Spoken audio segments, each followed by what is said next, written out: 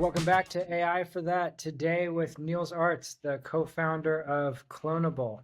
Niels, thanks for making the time. Yeah, no problem. Glad to be here. So you've had quite the interesting journey that I'm excited to dive in. But before we do that, just give us a one-sentence overview. What is Clonable? Clonable simplifies online internationalization. That's in one sentence. All right, internationalization. Who needs Yeah. that for and for what?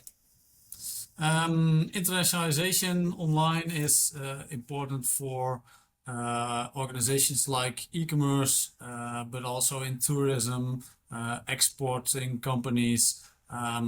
Yeah, a lot of them do online internationalization, but also a lot of them don't take it seriously, or they are taking it seriously, and but they struggle a lot with all the processes that are going on with that internationalization.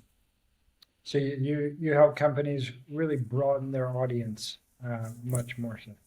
Yeah, we make it easier to go international, but also to maintain the processes, to make sure that everything is not only translated, but also that you have a lot of rules for the right localization, that there's marketing involved, like Google optimization, making sure that e-commerce companies can do, for example, XML feeds for like Amazon or other marketplaces. Yeah, Yeah, it's a whole lot, and we are trying to extend it even more. yeah. And you sort of, if I remember, you discovered this problem organically, right? And as you were facing a challenge, can you give us just the paragraph overview of how did you discover that this was a problem that businesses face? Yeah, me and my one of the co-founders were running an online marketing company, and we did that for several years already. We were working for a lot of e-commerce companies, and at one company it was a field hockey web shop, and that field hockey web shop was trying to expand to other countries as well. Field hockey is very great, very big in the Netherlands, but not so big in other countries. So we had to find a way to expand without having a lot of maintenance work, and to make sure that everything was working more or less automatic. We were doing that work, and while we were checking how we should do that, one of our employees, a young guy from 19 years old at the time, he had a solution for cloning websites. It was a simple solution to make sure that the original and the clone were constantly the same, having the same content, having the same structure, having the same images. And from there on, we made a version that also could translate all the data in it. And after that, we decided, hey, this could be something. We go to an event, a bigger event in the Netherlands, an e-commerce event, and we try to just not sell it already, but just check out if there are people interested in it. And in that event, people were lining up to see our demo. So then we thought, hey, this is really interesting, and now we can make a new company. Of course, we were very naive, and we thought like, okay, now we are going to be the rich and famous. But no, that wasn't the case. We had to do a lot before it was working correctly for all customers. Yeah, and that was around 3.5 years ago. All right. That's a perfect segue to where I want to go. I want to share a post from LinkedIn that you posted about a month ago. Let's see. Here. This is the journey that you detailed from that 3.5 years ago, even before. And I'm curious just for you to take us through this. You were just describing this period in 2020. You started building this. You started recognizing the need in 21. You officially started Clonable. I love that we thought we'd conquer the world. I imagine that was the soon we're going to be rich and famous. 22, double the team, more than double the customer count. And what I want you to speak to specifically is 2023. Our positioning was a bit off, growth slowed, and some processes didn't scale. Everyone was our client, and that didn't work. So just walk us through, especially the emotional side of that journey, and then how you came through that to and through the break-even point. Yeah. Yeah. At first, the first months of Clonable were like, it was all like, it was not a dream, but it was like, everything is going smoothly, and everyone was thinking like, this is going to be great. There were also like, right from the start, there were investors that were interested in us, but we were like, okay, maybe that's too early. We just do it on our own. If they are interested now, they will be interested later as well. So we thought, okay, just develop and develop and develop, and we do some events, and then it will all work out well. But in the meantime, there were also a lot of customers, a lot of people that were interested in our tool, and maybe there were too much people that were interested in us. We had a very good demo, and we could show it to everybody. And a lot of people were interested in the demo to see it and how it worked, but not everybody wanted to be our client. That's one. And also the ones that wanted to be client, they needed a lot of attention. So some clients were great. Some clients were like, okay, we configured it and it was working. Okay, and we didn't have any support for them. We didn't even call them anymore. That's also a bad mistake we learned. But some clients, they saw our tool and they thought, oh, they can solve all our problems. And we didn't thought, why are they coming to us? If all other companies cannot solve their problems, we have to be careful about their problems too. So we spent a lot of time in customers that, or they were canceling it within a few months, or they had a subscription fee of like 100 or 200 euros per month, but asked for like 20, 30, 40 hours of support per month. That was not going as planned. And in 2023, we noticed like, okay, growth is slowing. We were spending a lot of money. We had a certain loan that we were burning fast, and at that moment we thought like, okay, how can we do this a better way? In a lot of cases, my co-founders already had said like, okay, maybe we have to specialize more on this and this group. But I was a bit stubborn at the time, and I thought, no, this client could be a great client. And so in 2023, there were some there were founder clashes. We were arguing about which way to go, but eventually we thought like, okay, let's settle for some groups that we can target that are really not asking for a lot of support. We are going back to basics, because maybe it's good to know one of our most interesting customer groups is high demanding e-commerce. So the e-commerce, the ones that are having a lot of revenue, but they also have a lot of connections, CRM systems, whatever. And at that time we thought, okay, let's go back to basics. Let's go back to really simple websites like a WordPress blog or a simple site on I don't know, Webflow or whatever. Let's go back to that. Make sure that those websites work great, and from there on, we will make sure that the next level. So, for example, from WordPress, you also have an e-commerce system. It's WooCommerce.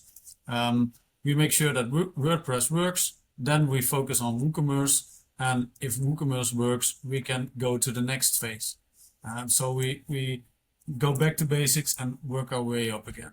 And that was a really smart decision in the end, to make sure that first we had a stable version from our product with less support, but the support that we could give was better. We made a lot of customer videos. We made sure that that we had someone that was dedicated on the support, and we were only developing the things that made our customers really happy. So our churn was going down, and that was really happening in 2024. So the decisions we made in 2023 were having an effect on 2024. So it sounds like there are a few threads that helped shift the direction. You went back to basics to make sure that the fundamentals were working, and you got clear on what customers really loved you for, and made sure to optimize for that and not everything. Am I getting that right? Yeah, and what we one of the decisions that we also were making is that we hired a startup coach. I in the beginning I was like really skeptical about all that kind of stuff. I'm like, okay, we have to do this on our own, and but I hired a startup coach, and we were before the coaching, we were really, as founders, we were really working as islands. We were doing things, but all separately. We were not discussing enough. We were not talking about strategies enough. We were just, the one was developing, I was doing sales, the other ones was doing some other processes. We were just doing things separately. And when we hired him, things began to change, and we also after that we got some investment from IMAC iStart. It's a really good accelerator, and they also had a program that really brought the founders more together and structured the startup way more than we could, because they had experience in it, but we didn't. So That's I want to hear more about both of those things. What did you do with the coach that helped you integrate from Highlands to a real team, and what happened in the accelerator that continued that trajectory? The first thing I think what was happening is that each founder became aware that became aware of his or her disadvantages and his advantages, and that we all are imperfect. So we needed to learn to cope with those imperfectness, and to make sure that we could discuss on a structural way. And that was something that we introduced as well. Just really simple, structured meetings with templates that we followed. Like, okay, Tuesday we're going to discuss this. Friday we're going to discuss this. And we're not also discussing things too long. So sometimes, okay, this is just 10 minutes, then next. to not get dragged away by one item or something. So yeah, that was really helpful. And in with the iMac accelerator, they have like weekly coaching, and they make sure that they try to reflect with the founders each week. Okay, what are you doing? What is the results that it gives? What is not going well? They are really they're really good at this. So yeah, that helped a lot for us. I love it. I want to check two things out for you. There's a simplification of a model that an arc that I find a lot of startups move through. It starts with we say yes to anything. We have an idea, we're trying it out. Oh, there's someone here, we can try it here, we can try it here, we can try it here. We say yes to anything. Eventually, we start to get some traction. Maybe this was like 2022 for you, some interest. There's now inbound interest as well, which is exciting. We shift from we say yes to anything to we say yes to everything. Everything's exciting. We're afraid of turning down any opportunity or any client. Eventually, that becomes distracting and overwhelming and exhausting. And then we reach another level of maturity, which is we say yes to some select things and we say no to everything else, everything outside of that. Does that track with your experience? Yeah, and but the funny thing is that it's all necessary, I guess, those stages. So I guess it was necessary to do all things because we learned a lot from it. We you see what is possible and what is not. You only learn that by experience.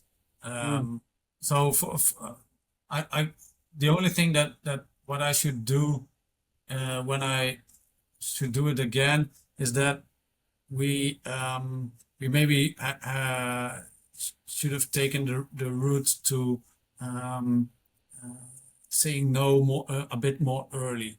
But yeah, I think it's just necessary to take those steps. Yeah. But in those days, they were really frustrating. It's like a really frustrating journey at that time. That's a terrific point. I want to come into this frustration in a moment. But I love what you're saying. It resonates a lot that you can't actually skip stages. You can't skip stage 2 of saying yes to everything. You can't skip straight to stage 3. The only way you get the maturation is by the learning that comes through the previous stages. But Yeah, you have to be a bit naive. You just have to be. That is, I think it's necessary to be like a founder. Be naive because if you don't, you're also preparing too much, and that's also something that kills your company, I guess. But it seems like what you're saying is you can go through with a greater awareness that might mitigate some of the frustration, that might help you move through the stages at whatever speed is actually realistic. Even if you can't skip them, you can move through towards the focused third stage a little faster. Am I getting you right? Yeah. Yeah. Okay, so I want to come back to the frustration. Tell us more about the frustration of like you're in that first and second stage. Bring us into the emotional experience. You're in conflict with your co-founders. Yeah. There's a lot to tell. One of the things that I became aware of in a more later stage is that I'm quite an emotional person, and that is sometimes it's giving opportunities, but sometimes it doesn't. Like in some cases, I'm like the really optimistic guy. I'm like the really like I see opportunities and I see great, we have to take this chance, and this helps to make sure that people get enthusiastic. So the employees get enthusiastic about some things, and okay, this is great. But sometimes it was frustrating for me as a person, that sometimes my co-founders or employees weren't as enthusiastic as me. Like, okay, I was like, why don't you see this chance? Why? This is something we need to go in this direction. We need to go. But I wasn't aware that I was like having those chances like way too much. I had those. Okay, I had those once a week or twice a week or twice. So people weren't seeing. Okay, is this a chance or isn't it? Because at the same time, like I could also be really negative. And if something went wrong, I was like, okay, everything is going to shit. And if this isn't fixed, we are going to fail. And that was also giving a really negative impact on people. And I think those are my feelings, but my co-founders would probably they have had other feelings. They would have thought like, that Niels is so how do you say it? It's one day it's good, or other day is bad. That's so annoying. Yeah, it's frustrating for my own, but also for my founders. And then you have like the stress of money, the stress of is everything working out well? You have a lot of stress of all kind of stuff. So and stress leads to frustration. So if you are stressed about one thing, it's not that you are going to be good at the other thing at the same day. So you really have to cope with those feelings and those things and those frustrations a lot. There's this other pattern that I notice, and I want to see if this framing resonates with you. With early stage startups, I call it the dip of despair. You start going up, again, you find some traction, and then at some point, not everything is working. Things stop working, or you see reality for what it is. You see that whatever your original growth plan, business plan is, has some holes in it, maybe some serious holes. And then you're watching your burn rate. You're seeing your burn rate go up, and your growth rate isn't going up at the same speed. And there can be a despair. And then what happens is you identify, all right, these are the questions that we need to figure out. These are the questions that we need to answer. And if you answer them, even getting clarity on what the questions are can help you sort of to move out of the despair. Once you answer the questions, then you get on to the next growth curve, all the way up to the next dip. But I'm wondering if that tracks also with your experience, that kind of dip of despair back to optimism. Yeah, I think so. And those are like the 1 month you are really optimistic, but the other months you aren't. But in overall, you can say like, okay, once you are seeing that you are growing regularly, like for 12 months or more, then you become more aware of the small hiccups. Like then you are seeing those bigger issues that you thought were big issues as small hiccups. I think, and you see that they aren't also going away. So at every stage also, and we are still a small company, so I'm not pretending that we are a big company already. We are still a small company, but you see that, okay, those every now and then you have a big problem and you have to deal with that. And you will deal with that. So that becomes also you become aware of that. You will deal with that problem as well. Mm.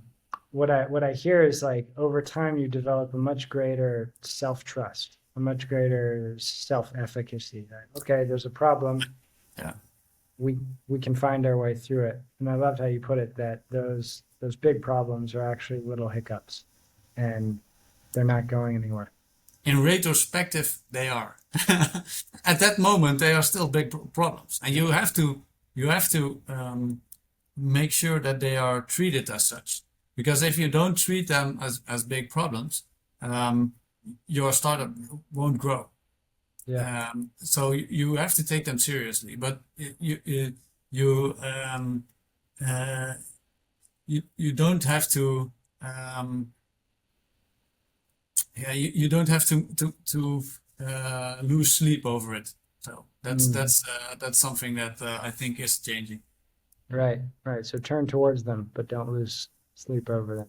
Yeah. And you shared something the first time we spoke about a strategy that you learned to mitigate the emotional contagion of your own emotional ups and downs, to mitigate the impact on the rest of the team. Just share that with us. Yeah, yeah. It's it's my strategy. It's not the strategy of my co-founders, and they are having their own strategies. But what worked for me is that I noticed that when um, I was really hyped up, either negative or positive, is that I needed to go away from my employees. So uh, in the beginning, I was in the central area of our office. Now we have an extra room, and I'm in the extra room sometimes with my sales employee, but not with everybody. Because when I was negative about something, I just needed to take a break, maybe only for a half an hour or an hour, and then I was way more neutral again, and I could rationalize a lot more things. And it's the same with the chances. If I saw big opportunities, I thought I see big opportunities. If I'm in the office and I'm still thinking at the end of the day it's an opportunity, then it could be an opportunity, not when I originally thought of it. So that's something I just need to take some time and to make sure that my negative emotions or too enthusiastic emotions don't affect everybody. Right. It's interesting to hear you're creating some buffer space, and it's interesting to hear how it even helps with the, maybe I'll call it that, the excessive enthusiasm, so that if it lasts, you know it's worth sharing. And if it doesn't, you're not sort of yanking other people's emotions around with your own. Yep. Uh, Yeah, a indeed. powerful, a powerful example of how self-knowledge, self-awareness of your patterns helps you lead more effectively. Yeah, it's sometimes it's annoying because of course when you are enthusiastic you want to share, and that's something that I have in me a lot. um, but I know now it's sometimes better for the team that I'm just more relaxed and just uh, only share when we have bigger successes or whatever. It's better for the team and also for me. Yeah. Niels, is there any final piece of wisdom or a great moment of learning on your journey so far that you want to share before we wrap? I yeah, learnings. No, I think everybody has their own learning, so it's not the same journey for everybody. But um, yeah, I think just motivation and grit having is really important. For us, we are still also we're not rewarding ourselves high management fees or whatever. And I think it's important for founders to to have that kind of motivation, to make sure that you're not rewarding yourself too much, and that you know, like, okay, even if it takes a while, I eventually this will work out. I think that's an important thing for founders to know. Yeah, a key belief, a core optimism underlying Yeah, it all. I am an optimist and normally, so yeah, even if there's a big problem, and even when I'm really negative, in an hour I can think of solutions already. So that's something that yeah, that helps also. It's a key trait as a founder. Niels, if listeners want to find you in Clonable, where can they find you? Yeah, they can just find us on clonable.net. They can make a demo. They can check me out on LinkedIn. Just it's always possible to reach out. So I'm always helping other founders. So if they need some advice, even if we are a small company, and we can also give some advice. So no problem to reach out. Awesome.